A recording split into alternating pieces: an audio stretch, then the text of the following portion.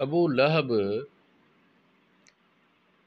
کے متعلق ایک روایت بخاری شریف اور دیگر کتابوں میں آتی ہے کہ مرنے کے 1 سال بعد حضرت عباس کو خواب میں ملا۔ حضرت عباس نے پھر پوچھا کہ سنا بھی کیسی بھی تھی؟ وہ کہتے ہیں میں نے کوئی سکھ نہیں پایا تمہارے بعد، سخت اذیت میں ہوں، لیکن یہ بات ہے کہ ہر پیر کے روز مجھے اپنی 2 انگلیوں کے درمیان سے ٹھنڈا پانی مل جاتا ہے، اور اس کی وجہ یہ ہے کہ میں نے سویبہ کو آزاد کیا تھا۔ یہ حدیث اصل بخاری شریف میں ہے، اور دیگر کتابوں میں صحیح بخاری شریف میں حدیث نمبر 5101 کے بعد ضمناً ذکر ہے۔ یہ سنن بہقی میں ہے، الباس والنشور میں ہے، شرح السنہ میں، طبرانی صغیر میں، جامع الاصول میں، جمع بین الصحیحین حمیدی کی کتاب ہے اس میں ہے، اور روزین کی کتاب میں بھی یہ حدیث موجود ہے۔ روض العنف میں امام سہیلی کہتے ہیں کہ یہ خواب حضرت عباس کو آیا تھا۔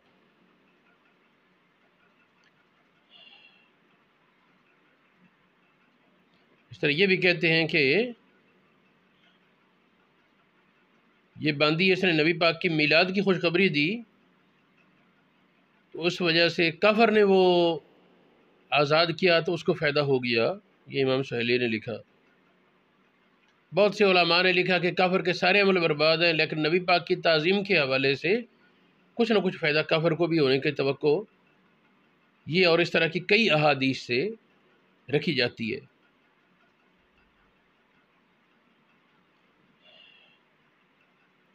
مواہب اللدنیہ میں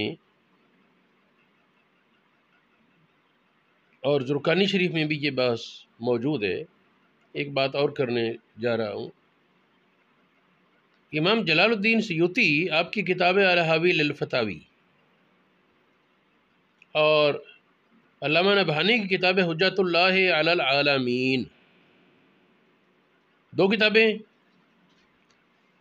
تیسری ہے مدارج النبوت شیخ عبدالحق محدث دہلوی کی، چوتھی کتاب ہے سبل الہدی والرشاد، 5ویں کتاب ہے جواہر البحار، اور بھی کئی کتابیں ہیں۔ ان سب میں کیا ہے کہ بڑے بڑے اکابر علماء کی کتابیں ہیں، اور سب نے یہ لکھا کہ ابو لہب کو جب فائدہ ہوا کافر ہونے کے باوجود، اور اس کی مذمت میں قرآن پاک کی پوری صورت اتری ہے، اس کے باوجود اسے نبی پاک کی میلاد کا فائدہ ہو گیا، تو پھر نبی پاک کی امتی کیوں نہیں ہوگا؟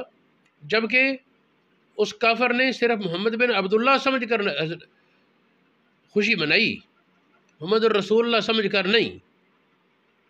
تو جب نبی پاک کا امتی آپ کی محبت سے سرشار یہ کام کرے گا تو واضح غالب امید یہی ہے کہ وہ فتح یاب ہوگا، اس سے وہ جنت کے ساتھ کامیاب ہوگا اور دوزخ سے نجات پا جائے گا۔ امام جلال الدین سیوطی علیہ الرحمہ سے سوال کیا گیا میلاد کے بارے میں، اور کسی عالم کا ذکر ہوا کہ فلاں عالم کہتے ہیں کہ میلاد منانا حرام ہے، میلاد منانا جائز نہیں۔ امام جلال الدین سیوطی نے اس کے جواب میں بڑا تفصیلی ایک فتویٰ لکھا، جس میں آپ نے اس کے جو اشکالات تھے وہ، اور پھر ان کا جواب، اور پھر یہ کہا کہ اس کا اصل وہ کئی چیزوں سے ملتا ہے۔ تو یہ جامع المعجزات ہے علامہ نبہانی کی کتاب۔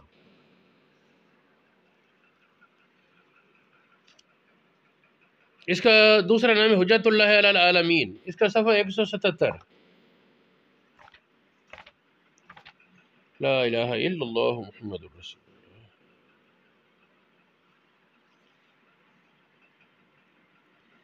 یہ الحاوی الفتاوی میں ایک رسالہ پورا ہے امام سیوطی کا، جس کا نام ہے حسن المقصد فی عمل المولد۔ جواب کا خلاصہ یہ ہے، فرماتے ہیں ان اصل عمل المولد، اصل جو طریقہ ہے یہ بدعت حسنہ ہے۔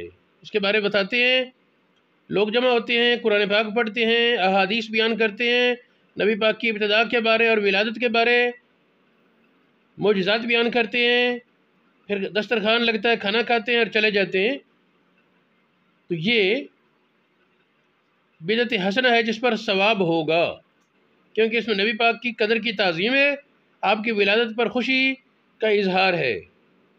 یہ کام سب سے پہلے اربل علاقے کے بادشاہ ملک مظفر نے کیا، باقاعدہ اس کا سرکاری سطح پر اہتمام۔ ابن کثیر کہتے ہیں کانا یعمل المولد شریف، وہ نبی پاک کی ولادت کا باقاعدہ اہتمام کرتا تھا، ربیع الاول میں بہت زیادہ اس پر خرچہ کرتا اور بڑا زیادہ اہتمام، وہ بہادر تھا، سخی تھا، منصف تھا۔ مشہور عالم علامہ نبوی کے پیر و مرشد، علامہ نبوی کے پیر و مرشد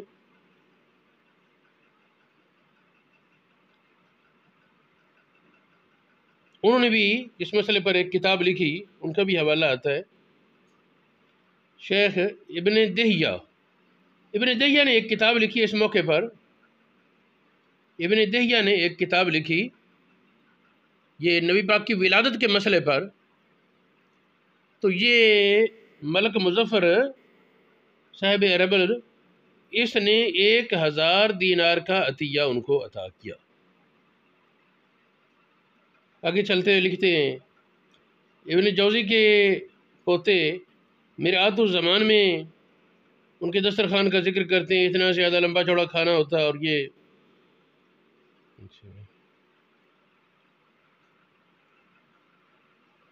ابن جوزی نے اتنی بات کرنے کے بعد پھر رد کیا ہے ان کا، جو کہتے ہیں میلاد منانا بدعت مذمومہ ہے اور گناہ ہے، لمبی کلام۔ پھر فرماتے ہیں علامہ ابن حجر اسقلانی سے سوال ہوا، ابن حجر اسقلانی سے سوال ہوا میلاد کے بارے میں، کیا اس کا کوئی اصل ہے تو بدعت حسنہ مانا جائے ورنہ بدعت مذمومہ مانا جائے؟ تو آپ فرماتے ہیں قد ظہر علی تخریجها علی اصل ثابت، ابن حجر اسقلانی فرماتے ہیں، اور ان سے امام سیوطی نے نقل کیا، امام سیوطی سے علامہ نبہانی، بہت سے علماء دیگر نے نقل کیا۔ ابن حجر اسقلانی نے فرمایا کہ مجھے میلاد کا اصل ایک بخاری اور مسلم کی ایک حدیث سے سمجھ آتا ہے۔ نبی پاک علیہ السلام جب مدینہ شریف تشریف لائے، اہل مدینہ کو دیکھا کہ 10 محرم کا روزہ رکھتے ہیں، فرمایا کس لیے روزہ رکھتے ہو؟ انہوں نے کہا جی 10 محرم کے دن اللہ پاک نے ہم پر انعام فرمایا، فرعون سے موسیٰ علیہ السلام کو نجات عطا فرمائی، نبی پاک نے فرمایا پھر ہم بھی اس کا روزہ رکھیں گے۔ نانو اولا بموسیٰ منکم، ہمارا موسیٰ علیہ السلام سے تمہاری نسبت زیادہ تعلق ہے۔ تو ابن حجر اسقلانی کہتے ہیں اس سے پتہ یہ چلا کہ اللہ کی نعمت ملنے کے دن کی یاد منانا، ابھی وہ ہر سال تو نہیں فرعون سے نجات ہوتی تھی، فرعون سے نجات تو 1 سال ہوئی نا، اور ہر سال اس کی یادگار منائی جاتی۔ اس سے علامہ ابن حجر اسقلانی فرماتے ہیں مجھے یہ سمجھ آتا ہے کہ میلاد مصطفیٰ ہر سال منانا اس اصل سے ثابت اور درست ہے۔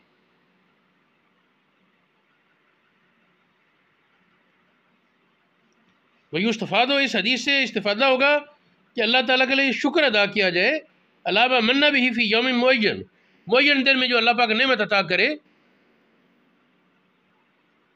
تو اس دن کی یاد منائی جائے، ہر سال میں جو اس دن کی جو نظیر آئے اس دن میں۔ پھر فرماتے ہیں اللہ تعالیٰ کا شکر عبادت کی کئی اقسام سے حاصل ہوگا، نماز پڑھنے سے، روزوں سے، صدقہ سے، تلاوت سے۔ آگے فرماتے ہیں وَأَيُّ نِعْمَةٍ أَعْظَمُ، کون سی نعمت اس سے بڑی ہوگی، من بروز حاضر نبی الرحمت فی ذالک اليوم، نبی پاک علیہ السلام کے اس دن تشریف آوری سے بڑھ کر، یہ تو سب نعمتوں سے بڑی نعمت ہے، اس سے بڑی کون نعمت ہو سکتی ہے؟ جب دوسری نعمتوں پر اس کی یادگار منانا درست، پھر اسی پر میں یہ کہتا ہوں جو قرآن پاک نے فرمایا، حضرت سیدنا عیسیٰ علیہ السلام نے دعا مانگی تھی، ربنا انزل علینا مائدۃ من السماء، یا اللہ ہم پر دسترخوان اتار، وہ ہمارے پہلوں اور پچھلوں سب کے لیے عید ہو، اترا تو 1 سال عید سب کے لیے۔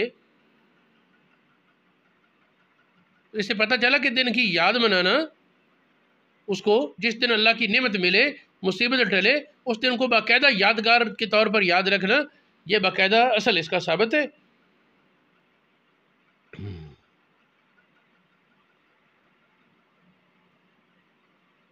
پھر آگے وہ ابن حجر اسقلانی نے کہا کہ تلاوت ہو، کھانا کھلایا جائے، نعتیں پڑھی جائیں، تو اس کا کوئی گناہ والی اس میں کون سی بات ہوگی؟ یہ تو اچھی بات ہے۔ ہاں اگر اس میں کوئی غلط حرکتیں کرتا ہے تو ظاہر ہے وہ خود ذمہ دار ہے۔ ناک پر مکھی بیٹھی، مکھی اڑاؤ، ناک نہ کاٹو۔ ناک پر مکھی بیٹھی ہے تو مکھی اڑاؤ، ناک نہ کاٹو۔ اگر کچھ لوگ غلط روایات بیان کرتے ہیں محفل میلاد میں، یا کچھ لوگ محافل میلاد میں ساز باجے اور خلاف شریعت حرکات کرتے ہیں تو ان کی ان حرکات کا رد کیا جائے، لیکن اس کا مطلب یہ نہیں کہ سرے سے میلاد ہی کا انکار کر دیا جائے۔ سرے سے میلاد کا انکار کرنا وہ بہت بڑی غلطی ہے۔ اس سلسلے میں امام جلال الدین سیوطی کہتے ہیں میرے لیے اس کا ایک اور اصل ظاہر ہو گیا، نبی پاک کے میلاد منانے کا ایک اور اصل میرے سامنے آ گیا۔ وہ کیا؟ تو سیوطی کہتے ہیں نبی پاک علیہ السلام نے اپنی طرف سے عقیقہ کیا اعلان نبوت کے بعد۔ تو میں پہلے ایک موقع پر اس کے تفصیلی حوالہ جات بیان کر چکا ہوں، اور میں نے یہ بیان کیا تھا کہ اس کی ساری سندیں نہیں ضعیف، کچھ سندیں ضعیف ہیں لیکن کچھ سندیں قابل اعتماد بھی ہیں۔ تو کچھ لوگوں کو ایک بیماری ہوتی ہے کہ ایک حدیث کی اگر 60 سندیں ہیں یا 70 تو 2-3 ضعیف ہیں تو وہ ضعیف کا رولہ ڈال لیں گے، یہ حدیث ضعیف ہے۔ اللہ کے بندو، حدیث ضعیف نہیں ہوتی، سند ضعیف ہوتی ہے، اور وہ ہی ضعیف ہوتی جس میں ضعیف راوی آئے۔ ایک سند میں ضعیف راوی آنے سے ساری سندیں اور ساری حدیث ضعیف نہیں ہو جاتی۔ تو یہ اکا رسول اللہ والی، اکا ان النبی صلی اللہ علیہ وسلم اکا ان نفس ہی بعد النبوت، نبی پاک نے اعلان نبوت کے بعد اپنی طرف سے عقیقہ کیا، اس حدیث کی صحیح سندیں موجود ہیں۔ اگر میرے پچھلے کلپ سے نہ ملے تو مجھ سے پوچھ لے، میں اس کا حوالہ تفصیل سے بتا دوں گا، لیکن ظاہر تلاش کرنا چاہیے نا۔ فرماتے ہیں یحمل ذالک علی ان الذی فعلہ النبی صلی اللہ علیہ وسلم، عقیقے کا مطلب یہ مانا جائے گا کہ نبی پاک نے جو کیا اظہار للشکر علی ایجاد اللہ ایاہ، اللہ پاک نے جو نبی پاک کو ایجاد فرمایا، رحمت للعالمین بنا کر بھیجا، اس پر نبی پاک نے خود شکر ادا کرتے ہوئے اپنا وہ عقیقہ کیا۔ تو یہ میلاد ہی ہے نا، اور یہ کیا ہے؟ میلاد پر خرچہ بھی ہو گیا اور میلاد بھی ہو گیا۔ فرماتے ہیں جس طرح نبی پاک اپنے آپ پر درود بھی بھیجا کرتے، آگے کہتے ہیں فیستحب لنا، ہمارے لیے بھی مستحب ہے اظہار الشکر میں مولد ہی بالاجتماع، اکٹھے ہوں، محافل میلاد میں اکٹھے ہوں، کھانے کھلائیں اور دیگر عبادات اور خوشی ظاہر کریں۔ پھر کہتے ہیں امام سیوطی کہتے ہیں، امام القراء شمس الدین ابن جزری نے فرمایا اپنی کتاب عرف التعریف بالمولد شریف میں، ابن جزری کیا کہتے ہیں؟ رویا ابو لہب بعد موتہ فی النوم، ابو لہب کو نیند میں کسی نے دیکھا اس کی موت کے بعد، اسے پوچھا کیا حال ہے؟ اس نے کہا فی النار، آگ میں ہوں، لیکن ہر سوموار تخفیف ہو جاتی، میں اپنی 2 انگلیوں کے درمیان سے چوس لیتا ہوں پانی تھوڑا سا، اور یہ میں نے جو سویبہ کو آزاد کیا ہے جب اس نے مجھے نبی پاک کی ولادت کی خوشخبری دی، اس وجہ سے۔ آگے کہتے ہیں ابن جزری فَإِذَا كَانَ أَبُو لَهَبٍ الْكَافِرِ، جب ابو لہب کافر، الذی نزل القرآن بذمہ، جس کی مذمت میں قرآن پاک کی پوری صورت اتری، جوزی فی النار، آگ میں ہونے کے باوجود اس کو بدلہ ملتا ہے، بفرح لیلۃ مولد النبی صلی اللہ علیہ وسلم بھی، نبی پاک کی ولادت کی خوشی منانے پر ابو لہب جیسے ازلی اور خبیث کافر کو فائدہ پہنچتا ہے، فما حال الموحد، حال المسلم الموحد، مسلمان موحد کا کیا حال ہوگا، من امت النبی، جو نبی پاک کی امت سے ہے، بنشرہ مولدہ، نبی پاک کی ولادت کی اشاعت کرے، وہ خبریں پھیلائے، میلاد منائے، وبذل ما تصل الیہ قدرتہ، جو کچھ گنجائش ہے وہ خرچ کرے نبی پاک کی محبت میں۔ فرماتے ہیں لعمری، میری زندگی کی قسم، اس کی جزا اللہ کریم کی طرف سے یہی ہوگی کہ اسے جنت و نعیم میں داخلہ مل جائے گا۔ اسی طرح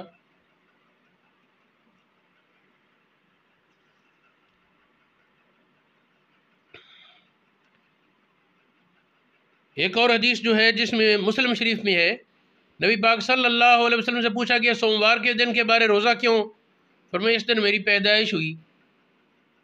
پیدائش تو ایک بار ہوئی تھی نا، اور نبی پاک ہر پیر کا روزہ رکھتے۔ ہمیں سال بعد لوگ میلاد نہیں منانے دیتے، نبی پاک تو ہر پیر کا میلاد منا رہے ہیں۔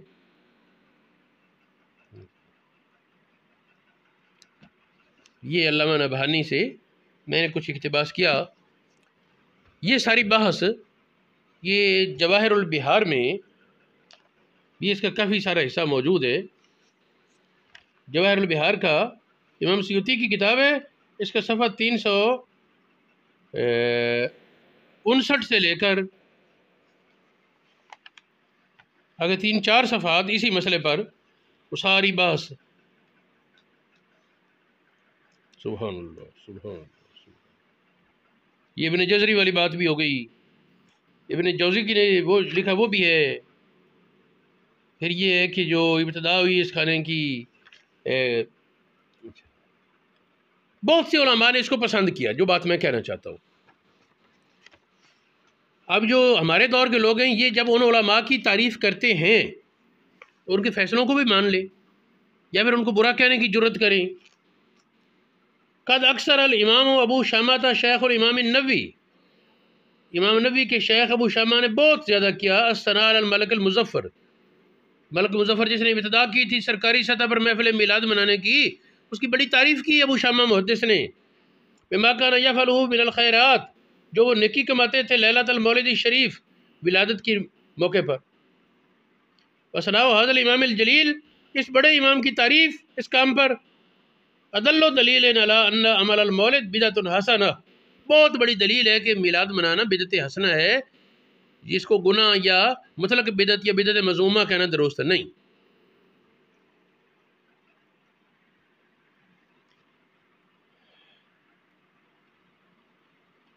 ابو شامہ کی ایک کتاب ہے جس میں بدعتوں کا انہوں نے رد کیا ہے، اس کتاب میں کہتے ہیں من احسن ما ابتدع فی زماننا، ہمارے دور میں جو بہت اچھی بدعت ہے اس میں سے ہے ما یفعل کل عام، جو ہر سال کیا جاتا ہے، فی الیوم الموافق لیوم مولد، نبی پاک کی ولادت کے دن کے موافق جو دن آتا ہے، جس دن ہم میلاد مناتے ہیں، اس دن جو میلاد منایا جاتا ہے وہ بہت اچھا کام ہے۔ من الصدقات، صدقے کیے جاتے ہیں، وفعل الخیرات، نیکی کے کام کیے جاتے ہیں، اظہار الفرح والسرور، خوشیاں منائی جاتی ہیں۔ فإن ذالک، بے شک یہ اس کے ساتھ جو اس میں فقراء کی طرف بھلائی ہے، نبی پاک کی محبت کا اظہار ہے اور نبی پاک کی تعظیم کا ثواب ہے اس کام کرنے والے کے دل میں، اور اس میں کافروں اور منافقوں کو غصہ دلانا ہے۔ میلاد منانے سے کافروں اور منافقوں کو غصہ آئے گا، یہ بھی نیکی کا کام ہے۔ حافظ ابو الخیر شمس الدین ابن جزری کہتے ہیں جب ابو لہب کو فائدہ ہو گیا تو مسلمان جو نبی پاک کی محبت میں کرتا ہے اس کو یقیناً فائدہ ہوگا، اور میں یہ سمجھتا ہوں اللہ پاک اس کو جنت کی نعمت عطا فرمائے گا۔ آگے کہتے ہیں یہ امام نبہانی، ما زال بحمد اللہ تعالیٰ فی کل عصر، ہر دور میں ایک گروہ مسلمانوں کا وہ اس کو لازم پکڑتے رہے، بہت زیادہ اس میں وسعتیں کی، انہوں نے اس کو نبی پاک کی آمد کے مہینوں میں کیا، اور باقی سال بھی کرتے ہیں اس طرح، بعض اوقات خوشی مناتے ہیں نبی پاک کی آمد پر۔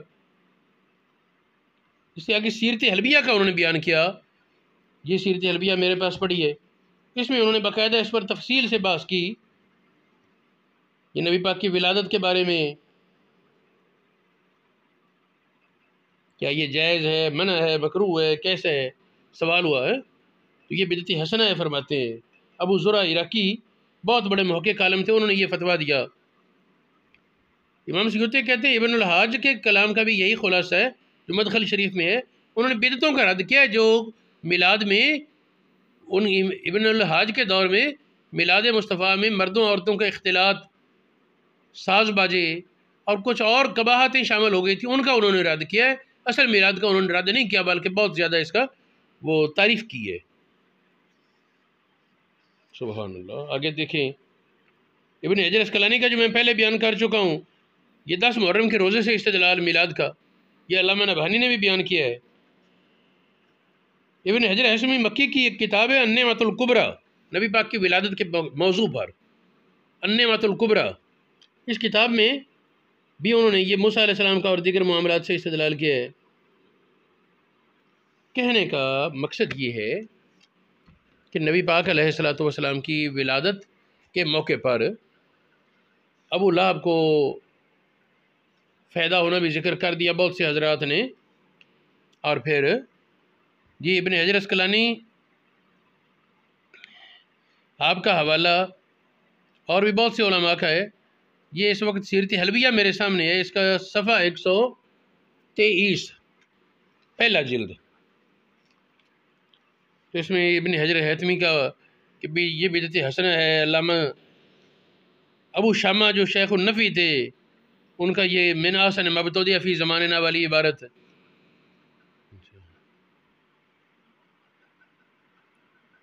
تو یہ جو بعض علماء نے کہا کہ یہ بدعت سیئہ ہے، اس کا انہوں نے تفصیل سے رد کیا ہے۔ انہوں نے کہا کہ یہ بدعت سیئہ کا ہرگز نہیں، بدعت مذمومہ نہیں، بلکہ بدعت محمودہ ہے، اور یہ کار خیر ہے، اس کو برا سمجھنا یا برا کہنا غلط ہے۔ شیخ عبدالحق محدث دہلوی کی عبارت تھوڑی سی تبرک کے لیے پیش کر دوں۔ ابو لہب کے وہ باندی آزاد کرنے کا ذکر کر کے کہتے ہیں، حق تعالیٰ بہی شادی و سرور، اس خوشی کی وجہ سے کہ ابو لہب ولادت حضرت کرد، ابو لہب نے نبی پاک کی ولادت کے موقع پر جو خوشی کی، اس وجہ سے در عذاب وے تخفیف کرد، اس کے عذاب میں تخفیف کی، روزے دو شنبہ از وے عذاب برداشت، عذاب کم ہو جاتا ہے۔ درین جا سند است، اس حدیث میں ایک دلیل ہے، مر اہل موالید را، میلادوں والوں کے لیے، نبی پاک کی ولادت کے موقع پر خوشیاں کرتے ہیں، مال خرچ کرتے ہیں، جب کافر ابو لہب جس کی مذمت میں قرآن نازل ہوا، یہاں شیخ عبدالحق محدث دہلوی جزری کا حوالہ نہیں دیتے، اپنی ذمہ داری پر بات کر رہے ہیں کہ جب اس کو فائدہ ہے تو مسلمان جو نبی پاک تا حال مسلمان کہ مملو وسط و محبت و سرور و بذل مال درویچے باشد، کتنا فائدہ ہوگا مسلمان کو جو نبی پاک کی محبت سے بھرپور ہو کر میلاد مناتا ہے۔ آگے کہتے ہیں، لیکن باید کہ از بدعت ہا کہ عوام احداث کردہ اند، عوام نے جو بدعت میلاد میں پیدا کر دی ان سے اجتناب کیا جائے۔ کون سی؟ از تغنی، گانے گانا، و آلات محرمہ، ساز باجے، و منکرات، جو دیگر برائیاں ہیں، غلط روایات وغیرہ، ان سے خالی ہو تاکہ محرومی کا سبب نہ بنے۔ یہ مدارج النبوت صفحہ 19 جلد 2 پر یہ بحث تھی۔ یہ چونکہ یا تو کوئی یہ کہے نا کہ یہ سارے مولوی غلط تھے، سارے علماء غلط تھے، پھر ان کتابوں سے فائدہ بھی اٹھانا چھوڑ دیں اور ان کا کھل کر رد کریں۔ علامہ نبہانی اکیلے کا تو رد کرنا شاید کچھ لوگوں کے لیے آسان ہوگا، جلال الدین سیوطی اور برہان الدین حلبی اور شیخ عبدالحق محدث دہلوی، اور پھر انہوں نے جن کے حوالہ جات دی، ابن حجر اسقلانی کو رد کر کے، تو میرا خیال ہے کہ ان کا ایک دن بھی نہیں گزر سکتا ان کے علماء کا۔ تو یہ کہنا کہ کسی کو سمجھ نہیں، ہمیں دین کی سمجھ آئی ہے، تو یہ ان کو اپنی عقل پر ماتم کرنا چاہیے جو ان کو اس تکبر میں ڈال رہی ہے، بلکہ علماء کی پیروی کرنے میں نجات ہے، اور ان سے الگ راستہ چلنا یہ گمراہی کا راستہ ہو سکتا ہے۔